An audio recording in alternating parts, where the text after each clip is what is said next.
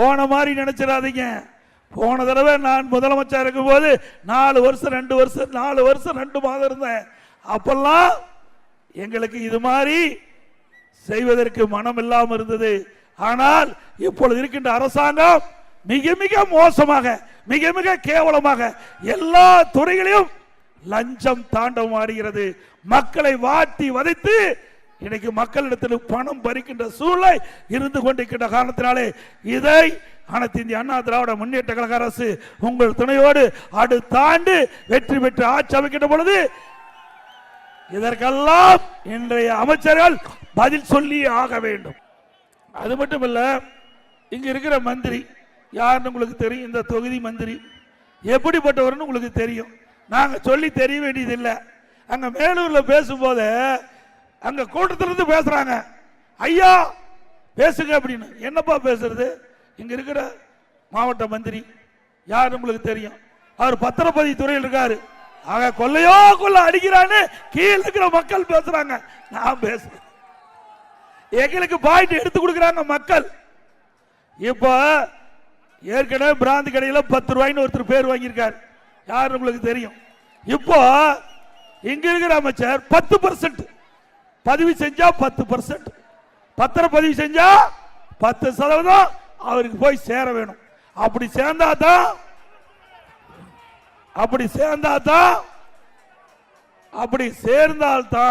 அந்த பத்திரப்பதிவு நடக்கும்.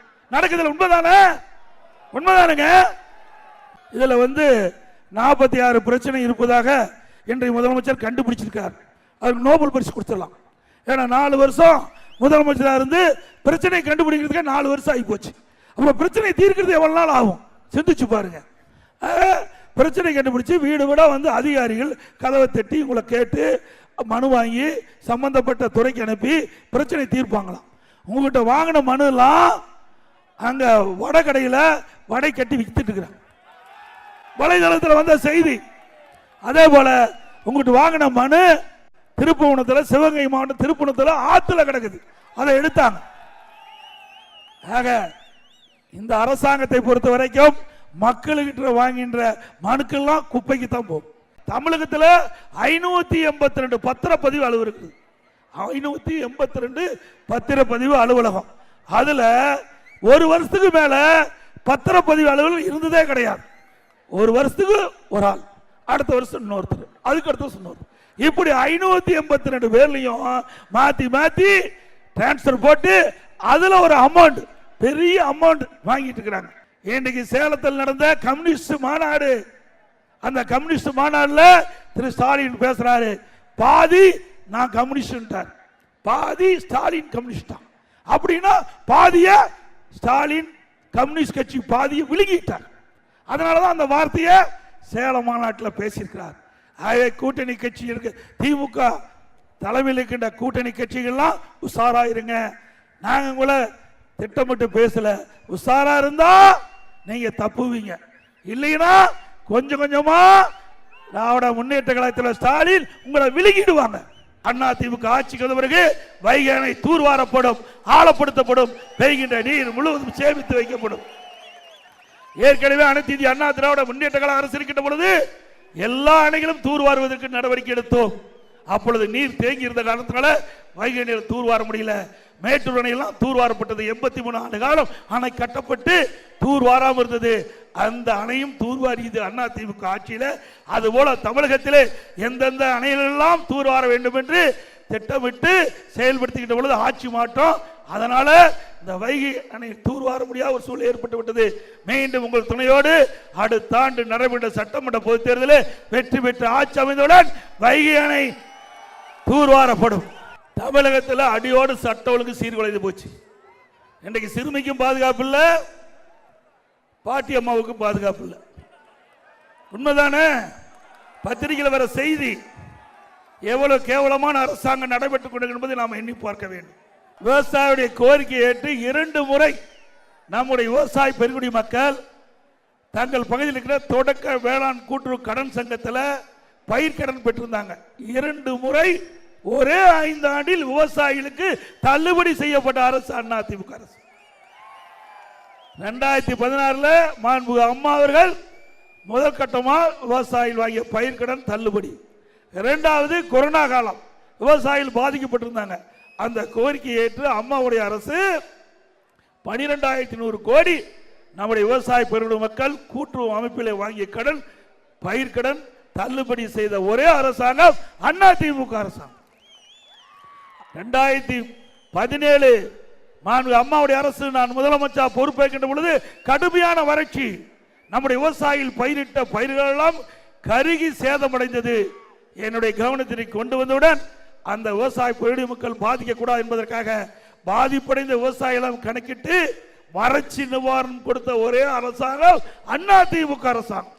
இந்திய வரலாற்றிலேயே தமிழக வரலாற்றிலேயே வறட்சி நிவாரணம் கொடுத்த அரசாங்கம் எந்த அரசாங்கமும் இல்லை.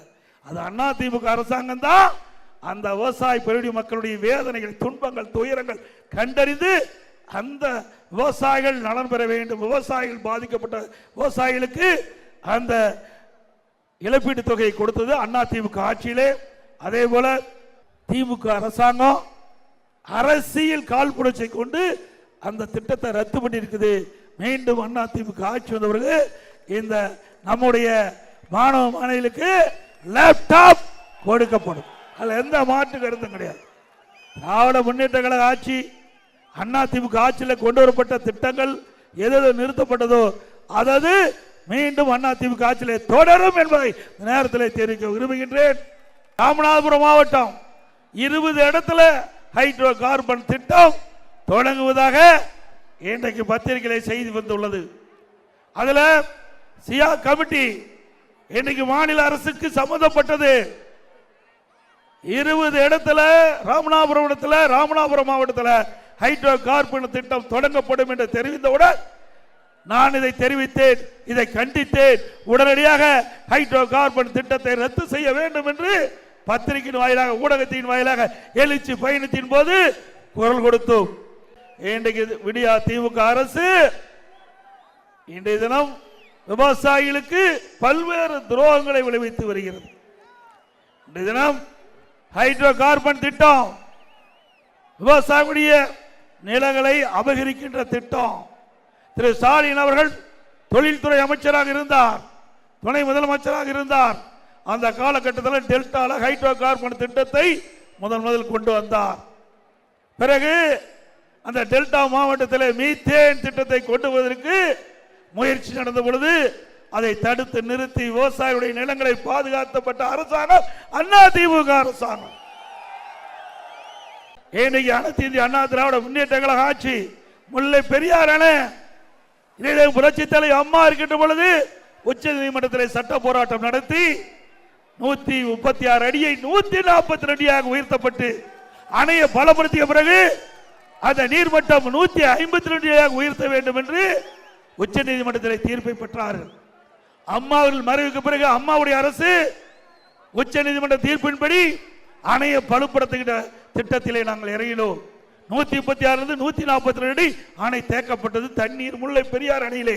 அதுக்கு பிறகு அணையை பலப்படுத்த வேண்டும், அதற்காக டெண்டர் ஏற்பட்டது, நிதி ஒதுக்கப்பட்டது, அந்த பணி துவங்கி நடந்தது. ஆனால் கேரள அரசாங்கம் கட்டுமான பொருட்கள் கொண்டு வருவதற்கு அனுமதிக்கல. அதனால அந்த பணி அப்படியே தடைபட்டது. அதோட அணையின் இரு கரைகளில் மரம் இருக்கின்றது, அந்த மரத்தை வெட்ட வேண்டும். வெட்ட போகின்ற பொழுது அதிகாரிகள் மீது வழக்கு போட்டு விட்டார்கள். இப்படியெல்லாம் பிரச்சனை நடந்தது. இன்றைக்கு திரு ஸ்டாலின் அவர்கள் இந்தியா கூட்டணி என்று சொல்லிக் கொண்டிருக்கின்றார். இந்தியா கூட்டணியிலே எந்த கட்சி அங்கம் வைக்கின்றது? காங்கிரஸ் கட்சி, கம்யூனிஸ்ட் கட்சி, இதெல்லாம் அந்த இந்தியா கூட்டணியில் அங்கம் வைக்கின்றது. இந்த காலகட்டத்திலாவது இந்த மக்களுடைய கோரிக்கை ஏற்று முல்லை பெரியார் பிரச்சனை பல ஆண்டுகளாக நடந்து கொண்டிருக்கிறது. இந்தியா கூட்டணியில் அங்கம் வைக்கின்ற திரு ஸ்டாலின் அவர்களே, இதே கம்யூனிஸ்ட் கட்சியும் இந்தியா கூட்டணியில் அங்கம் வைக்கின்றது. அவரோடு பேசி ஒரு இணக்கமான உறவை ஏற்படுத்தி நம்முடைய மக்களுடைய நீண்ட நாள் கோரிக்கை 152 அடி நீர்மட்டத்தை உயர்த்துவதற்குண்டான நடவடிக்கை மேற்கொள்ளுங்க. இன்றைக்கு திராவிட முன்னேற்ற கழக அமைச்சர் வைக்கின்ற திரு தங்கம் தென்னரசு அவர்கள் ஒருபோதும் ஹைட்ரோ கார்பன் திட்டம் தமிழகத்திலே வருவதற்கு அனுமதிக்க மாட்டோம் என்று பத்திரிகையின் வாயிலாக செய்தியை வெளியிட்டு விட்டு நேற்றைய தினம் அந்த பணி அங்கே துவங்கின்றது ராமநாதபுரம் மாவட்டத்திலே. எண்ணி பாருங்கள், விவசாயிகளை இந்த அரசு எந்த அளவுக்கு வஞ்சித்துக் கொண்டு என்பதை எண்ணி பார்க்க வேண்டும். திராவிட முன்னேற்ற கழக அரசு 2024 பிப்ரவரி மாதம் மத்திய அரசாங்கம் டங்ஸ்டன் சுரங்கம் ஏலம் அறிவிக்கப்பட்டு விட்டது. 8 மாத காலம் முடிந்து 2024 11ஆம் மாதம் இறுதி செய்யப்பட்டது. இடைப்பட்ட காலத்தில் நீங்கள் என்ன செய்து கொண்டிருந்தீர்கள்? இந்த விவசாயி மக்களுடைய குரல் உங்களுக்கு கேட்கவில்லையா? அந்த விவசாயிகள் பாதிக்கப்படுவார்கள் என்று அரசுக்கு தெரியாதா? வேண்டுமென்றே திட்டமிட்டு இந்த திட்டத்தை நடைமுறைப்படுத்த வேண்டும் என்ற எண்ணத்தின் அடிப்படையிலே இவர்கள் கண்டுகொள்ளவில்லை. அதோடு 2 முறை பாரத பிரதமரை இன்றைய முதலமைச்சர் ஸ்டாலின் அவர்கள் சந்தித்து பேசுகிறார்.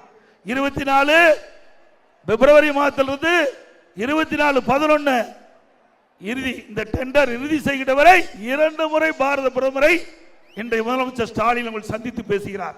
அப்பொழுதாவது இந்த டங்ஸ்டன் ஏலம் விடுவதை ரத்து செய்ய வேண்டும் என்று பாரத பிரதமருக்கு கோரிக்கை வைத்தார் என்றால் இல்லை.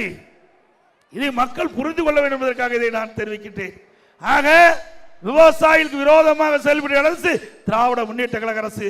இப்படி மக்களும் பிரதான எதிர்க்கட்சியாக இருக்கின்ற அனைத்து இந்திய அண்ணா திராவிட முன்னேற்ற கழகமும் தொடர்ந்து போராட்டம் நடத்திய காரணத்தினால, சட்டமன்றத்தில் அழுத்தம் கொடுத்த காரணத்தினால மத்திய அரசாங்கம் டங்ஸ்டன் சுரங்கம் அமைப்பதை ரத்து செய்தது என்பதை நேரத்திலே நான் தெரிவித்துக் கொள்கின்றேன்.